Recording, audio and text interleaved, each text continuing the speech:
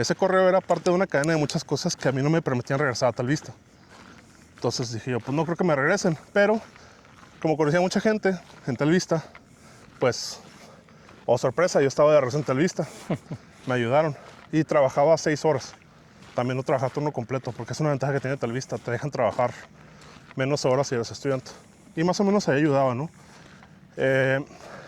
Hice eso, trabajé con un supervisor que curiosamente había sido agente cuando yo ya tenía tiempo ahí y que yo le enseñé.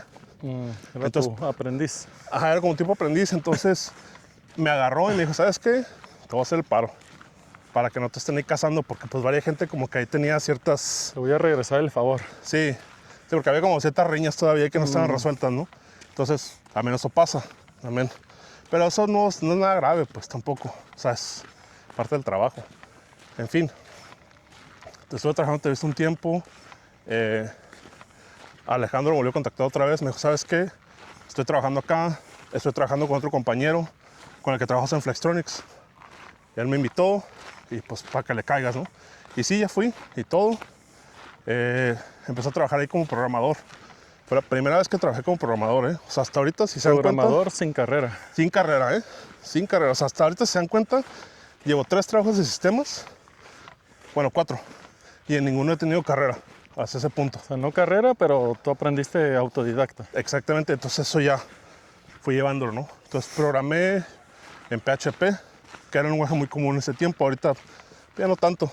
Hay muchos otros lenguajes, ¿no? Principalmente en JavaScript y otras cosas. Pero en ese tiempo era PHP con jQuery y otras cosas más ahí que en ese tiempo estaba investigando, ¿no? El punto fue de que teníamos que hacer un ERP. Los que trabajan en Maquila y otras empresas grandes saben que un ERP pues, es un sistema para estar controlando... Lo usan los planners, los de compras. Sí, o sea, es para controlar inventarios y controlar ventas y otras cosas, ¿no? Entonces Sí. era una combinación de muchas cosas. El programa más famoso que yo conozco de ERP se llama SAP.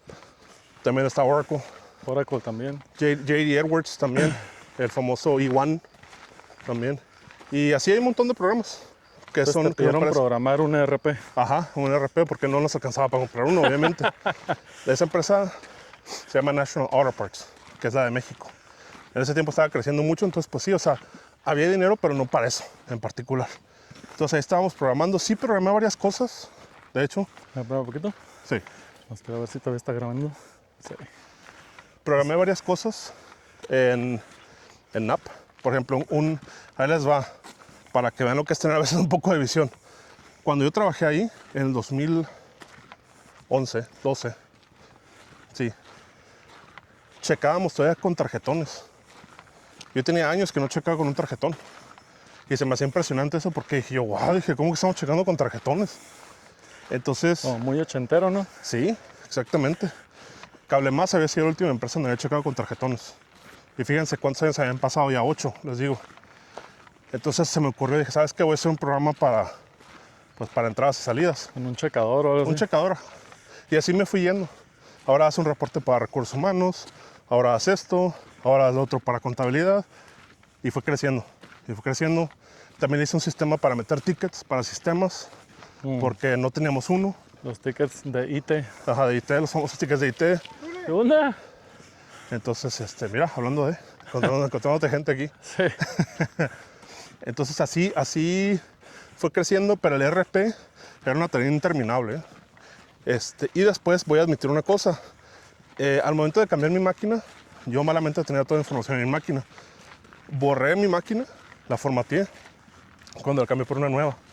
Entonces, ¿qué pasó? Se perdió el avance de como un año de programación. ¿Eso qué dice? Que no tenía yo buenas prácticas para respaldos y muchas cosas. Y obviamente pues no tuve las precauciones necesarias. Entonces, ¿qué acabó pasando? Eso. Se perdió un año de trabajo, tuvimos que hablar con el dueño y yo renuncié. Es que dije, yo renuncio porque pues fue mi culpa, ¿no? O sea, yo lo hice, yo hice todo esto y pues ya, tan se acabó. Ahí. O sea, y uno también tiene que admitir su culpa, en esos casos, porque ¿qué iba a hacer realmente? Iba a decir, no fue un accidente. No fue un accidente, la verdad, así fue, no tuve precaución. No me di cuenta de lo que estaba haciendo y ya por querer cambiar el equipo porque me estaba dando una computadora nueva, perdí todo el trabajo de un año por no tener, les digo, buenas políticas y por no estar manejándolo correctamente. Pero no fue una... O sea, fue como un descuido tal vez, Pues sí, pero pues, no fue algo intencional, pues. Sí, exactamente, no fue intencional, pero sí fue un descuido muy grande. Entonces, a final de cuentas, pues afectó a la empresa, ¿no? Y pues eso me marcó mucho porque ya con eso me quedé más como con mente de, ¿sabes qué?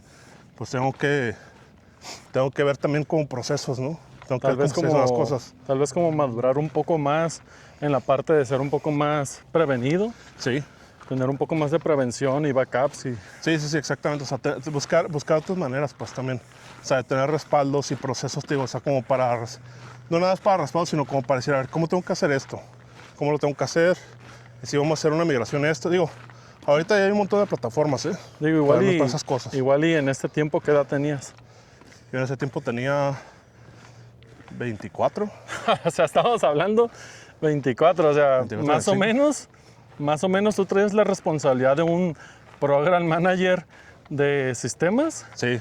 y por ejemplo, hablando en mi caso, yo a los 24 años, yo egresé de la universidad a los 22, 21, 22 y a los 24 años apenas estaba empezando a saber Sí. cómo operaba una maquila porque pues cuando empiezas, aunque seas el ingeniero de lo que seas, y lo he escuchado en cualquier profesión, entras casi en blanco una maquila porque Sí. aprendes la teoría, pero no sabes bien La práctica no la conoces, sí. cómo están ahora sí que los golpes en la maquila. Ya entras, no en blanco voy a decir, pero entras con unas nociones como idealistas que en el mundo real pues no pasan, o sea, es muy diferente. Sí. Entonces, Exactamente, sí. Entonces, yo a los 24 años puedo decir que ya más o menos dominaba lo que hacía, ya lo dominaba, pero algo como de ser yo, ahora sí como un gerente o un champion de un proyecto, es una responsabilidad muy grande. Sí. Y si es un sistema ERP, pues no manches, Sí, o sea, era grandísimo todo eso. ajá. estás involucrando a planeación, almacén, inventarios, compras, o sea, es un sistema gigantísimo para pues un muchacho de 24 años, Sí. pues sí es una responsabilidad muy grande, o sea, está súper bien que se te haya dado la oportunidad de un proyecto tan grande, pero sí, o sea, a los 24 años, pues la verdad, todavía no tenemos una madurez tan, Sí, todavía falta tan mucho ahí grande. para realmente llevar a cabo ese tipo de cosas. Entonces, sí, porque puedo decir, ya tenía 7 años trabajando. Sí, ya tenía 7 años trabajando, pero, o sea, llevando un proyecto de ese calibre, no. Sí, yo aunque creo, sepas, ¿no? yo creo que también fue pues descuido tal vez de la parte gerencial o así, porque pues para algo así no te lo dejas a una sola persona, pues hay un Pues sí. equipo de respaldo grande. Es parte del desconocimiento, ¿no? Sí. O sea, de no saber cómo funciona toda esa parte y todo y confiar en tu gente. Que les digo, o sea, realmente sí llevamos muchas cosas adelantadas, pero, o sea, a final de cuentas no, ¿cómo se puede decir? O sea, no hemos logrado gran cosa, que ese es el otro problema, ¿no? Porque también nosotros tenemos varias dudas y después sí las checábamos y todo, y regresábamos y le movíamos y todo, y era un proceso lento, pues, también. Porque aparte también se atendían cosas de la empresa y otras cosas, entonces no era 100% dedicado a estar programando, ese es el problema. Ahora también otra cosa muy real, no me pagan la gran cosa, no me pagan el gran sueldo. Y para ese tiempo yo decidí vivir por mi cuenta. Entonces también he tenido otras prioridades, que eran la escuela y mantenerme vivo, ¿no? Comer todos los días. Entonces sí había ahí como muchas cosas ahí que pues, sí andaban ahí saliéndose poquito de la norma, porque es un tipo de estrés, pues, ¿no? Y ya después cuando me salí, pues tuve que dejar de vivir yo por mi cuenta, otras veces con mis papás. Ya pasé tiempo yo empecé a salir con mi esposa, pero pues era la bronca de que no tenía dinero, ¿no? Y me da vergüenza, la verdad. Me da pena, pues, porque después trabajaba, porque de ahí estuve trabajando en varias cosas, pero no era nada estable tampoco, porque igual me tocaban los trabajos que decía yo como, no, pues esto no, ni al caso, pues es regresar a lo mismo. O sea, trabajé en otros call centers, en varios, de hecho. Trabajé en varios call centers, después ya trabajé en otra maquila y ya para el 2017 ¿fue 2017? 2016. Para finales de 2016, pasé de trabajar en esa maquila, que yo trabajaba como helpdesk en la noche, a trabajar por una empresa que se llama Bryan Thorne, que es una empresa de ciberseguridad. Entonces ahí les puedo decir que se realizó un sueño de mi niñez, que era trabajar en algo así como de hackers, ¿no? Entonces sí, o sea, obviamente sí había algo de eso ahí. Sí, pues sí, tienes que estar prevenido contra eso. Entonces era interesante, sí. Y ahí me aventé 5 años. Ahí pasé por todo, pues ahí fui yo analista, nivel 1, nivel 2, fui gerente, hice penetration testing, que ahora sí es básicamente ser hacker, threat hunting, que es andar buscando amenazas, ejercicios de phishing, que es cuando te mandan el famoso correo de que, oh, mira, te ganaste, Te ganaste una gift card. nunca se me olvida, te ganaste una barriliza. Dale clic aquí para sacar tu barriliza de modelo, no sé qué. Hombre, ¿cómo le da clic a la gente a eso, eh? No, pues sí. Hombre, eso sí era oro, ese phishing. De hecho, en la última empresa que estaba, me daba cura porque te mandaban correos así muy... O sea, se escuchaban como muy reales, Sí, sí, sí. pero eran como simulaciones de correos de phishing. Y si le dabas clic en la liga, te salió un anuncio, uy, no, este era un correo simulado de phishing Sí. y caíste en la trampa, ten más cuidado, y te mandaban un entrenamiento de Ajá. ciberseguridad. Sí, sí, sí. Y si le ponías reportar phishing, te decían felicidades. Ajá. Exactamente. Eso está muy bien, la verdad, eso sí te hace consciente. Sí, el único problema es de que la neta eso de que después andan haciendo entrenamientos a cada rato sí está medio feo, Ah, porque Quita mucho tiempo. quita mucho tiempo, la verdad. Y a veces también, o sea, tienen muchas cosas que hacer y a veces no es por malicia, pues es por descuido. ¿Por qué? Pues porque estás haciendo un montón de cosas. Sí. Entonces pasa, o sea, no puedo hablar de todas las cosas que vi, obviamente, porque son muchísimas cosas Sí, que vi, ¿no? pero durante esos 5 años me tocó de todo en la empresa. Y éramos nosotros un proveedor de servicio, básicamente. Es lo que hacíamos, ¿no? Entonces le damos servicio a varios clientes alrededor del mundo. Creo que no tenemos, no, en este tiempo no tenemos en México. Y pasó la pandemia. Y fue difícil, la pandemia. Fue Oh, muy sí. difícil. Pero les voy a decir una cosa. Algo que pasó antes de la pandemia, cuando yo era gerente, fue que compré casa. Que mi mamá siempre me decía, compra una casa y no sé qué. Y yo decía, nada, ¿para qué? No sé qué. Viendo cómo están las rentas ahorita en Tijuana y todo, No sé. la verdad sí agradezco que nos haya alcanzado para comprar la casa. En ese tiempo se nos hacía carísimo, ¿no? Decíamos, no, hombre, es un montón de dinero. 1 millón, hombre. Sí, exactamente, un Eso millón, hombre. es demasiado. Y ahorita dices, no, hombre, qué barato está barato. la casa. Entonces, fíjense también, o sea, cómo las cosas también se dan, pues, ¿no? Porque, o sea, de ser un morro de 17 años, que no tiene una trayectoria, que no tiene idea de lo que quiere hacer realmente. Nomás yo sabía que quería trabajar en sistemas, esto es lo que sabía. Quiero trabajar en sistemas y quiero ganar dinero. Exactamente, ¿no? No quiero ganar bien. Y es difícil también, es la verdad. Pero, o sea, a todo eso, pues ya no pasó eso. Después estuve trabajando como contratista un tiempo, un rato. Después trabajé para Nubank, el famoso banco que tiene la tarjeta la moradita. Estuve trabajando para Nubank. De ahí me corrieron en el 15 de marzo del 2024. Me corrieron. Y ahí no voy a decir nada, la verdad, porque no viene caso. No tiene caso tampoco. O sea, ya con tantos años de trayectoria en todo esto, ya no importa, la verdad. O sea, y de cierta manera yo lo esperaba. Yo ya sospechaba, pues, ¿no? Que algo iba a pasar. Entonces dije yo, bueno, lo que pasó se dio, ¿no? O se dio, pasó, etcétera, ¿no? Trabajé como gerente en un call center, ahí en el centro, casi por 1 año. Y ya después ya empecé a trabajar acá, donde estoy trabajando ahorita, que estoy trabajando desde casa. Y la bronca fue esa de que yo tenía trabajando desde la pandemia desde casa. Entonces mi dinámica ya había cambiado mucho, ya me había adaptado a muchas cosas.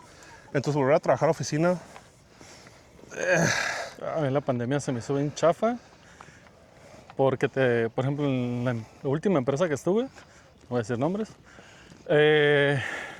nos hacían usar como era cuarto limpio, Sí. nos hacían usar pues la bata, el cubrebocas, cubrebarbas, y luego nos hacían usar lentes de seguridad, aunque estuvieras en la computadora, más una face shield, que es como una Sí. careta de Una esas que usan careta, los ajá. soldadores. Sí, Obviamente no así, de plástico. Ajá. era de plástico transparente, pero era súper incómodo.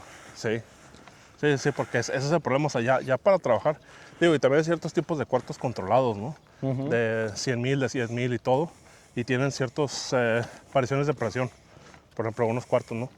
Pero lo complicado es eso, cuando tienes que entrar todavía con más cosas encima. Ah, sí. Porque también, ojo, esos cuartos están heladísimos, ¿eh? Están bien fríos. Bueno, hay unos que sí, unos que no tanto. No, pero o sea, ya cuando son los cuartos, son los de 10,000, esos sí están bien helados. Ah, sí. Todo el día están bien helados. Sí, porque el producto es médico y la temperatura hace que se activen los microorganismos y ese material tiene que estar estéril. Sí, exactamente. Entonces ahí es donde viene el problema de por qué tiene que estar frío, por qué tiene que ser una cierta cantidad de, pues de microbios por, ¿qué es? Microbios por metro, centímetro. Sí, es una unidad de Es una unidad de medida, ajá, que tienen. partículas por millón. Partículas por millón, ajá. Que ahí viene otro problema interesante. Ojo, para todos los que alguna vez se han preguntado curiosidades así ociosas como a mí me tocó.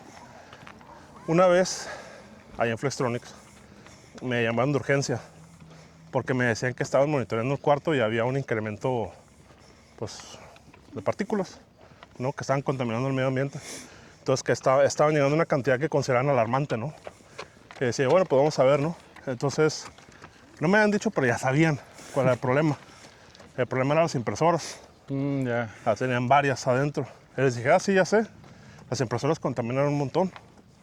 No, pero ¿por qué? Pues porque están usando polvo que se Cartuchos. magnetiza sobre la hoja.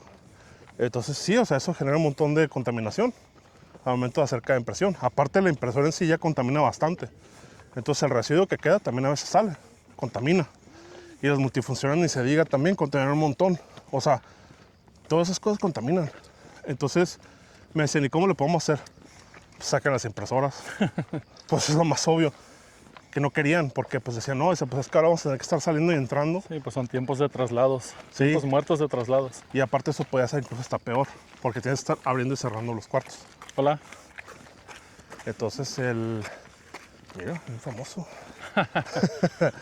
Entonces ese es el otro detalle, pues, ¿no? O sea, de todas esas cosas que tienes que buscarle la manera.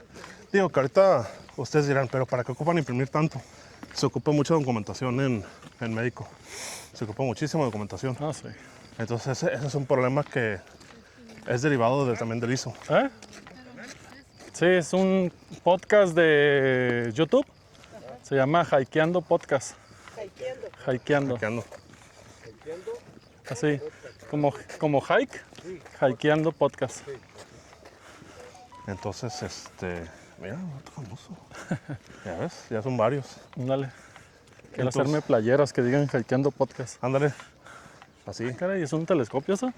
Sí, No, alguien vive ahí. sí. Sí, sí, eso ya nos habíamos dado cuenta hace mucho tiempo que alguien vive ahí. ¿Quién? ¿Quién sabe? Pero alguien vive ahí. Entonces, pues bueno, toda esa transición, ¿no? Todas esas cosas, pues digo, o sea, ya habiendo hecho todo eso, habiendo visto todo eso y trabajado todo eso, ya ahorita después de 20 años, bueno, no, sí, más de 20 años de vida laboral, ya estoy así como que digo, ya todavía me falta, ¿no? Ah, sí. Pero he aprendido muchísimas cosas, he visto muchísimas cosas también, les digo, o sea, mucho que no puedo contar, por lo mismo, porque hay muchas cosas que son confidenciales o son privadas o Sí, de plano claro. son muy chuscas Sí, para sí. contarlas, pero Sí, todos tenemos de esas. Pero aquí lo interesante, por ejemplo, es dentro de todas esas cosas que he trabajado, porque les digo, o sea, he trabajado en varias cositas, ¿no? También, que si yo lo he hecho, por ejemplo, las computadoras que yo vendía, o esta revista también que me tocó, o cuando trabajé como contratista. Cuando trabajé como contratista, pues lo obvio era trabajar en sistemas, que lo hice, pero también hice otra cosa que siempre he querido hacer, que era escribir. Y me tocó con un cliente escribir le escribí, ¿qué será? Como unos 9 libros, más o menos, de ciencia ficción y de fantasía en inglés. Y están publicados los libros, me consta. Y de hecho yo tengo ahí copias de los libros en la casa. No sale mi nombre, obviamente, porque pues ese tipo de proyectos se hacen así. O sea, sí, yo lo hice, pero no sale mi nombre. Así pasa, no es normal. Muchos autores famosos hacen eso ya. O sea, tú lo escribiste, Ajá. pero no te dan crédito en el libro. No, no me dan crédito en el libro. Ajá. Qué loco. Es lo que se llama ghostwriting, ¿no? O sea, es otro... O sea, es alguien otro- te paga porque escribas lo que tú quieras. Y alguien lo vende o lo Pues distribuye. más bien, o sea, el autor te paga a ti para que tú le escribas un libro que va a ser a su nombre. Entonces a ti te pagan una cantidad Ajá. que en Estados Unidos se paga centavo por palabra. O sea, no un centavo, sino que se establece una cantidad. Por ejemplo, a mí me pagaban 5 centavos por palabra. Órale. Entonces yo escribía, ¿qué te gusta? 10,000 palabras, ¿no? Vamos a decir, escribía 10,000 palabras por día, o 20,000 o 40,000. Entonces de ahí me pagaban ya en proporcional, 20, 40 dólares y así, ¿no? Yo no tenía idea de que existía ese trabajo. Sí, es un trabajo... antes, No es muy común y tan así, tan hablado, ¿no? Porque yo nunca lo había escuchado. en el otro lado sí. Oh. En Estados Unidos sí es muy común. Aquí no, aquí casi no se hace eso, la verdad.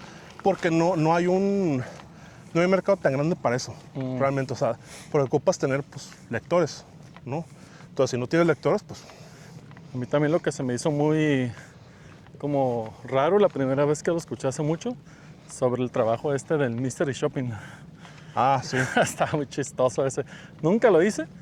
Tuve algunas personas, amigos, conocidos que lo hacían. Sí, sí, sí. Y la verdad estaba interesante.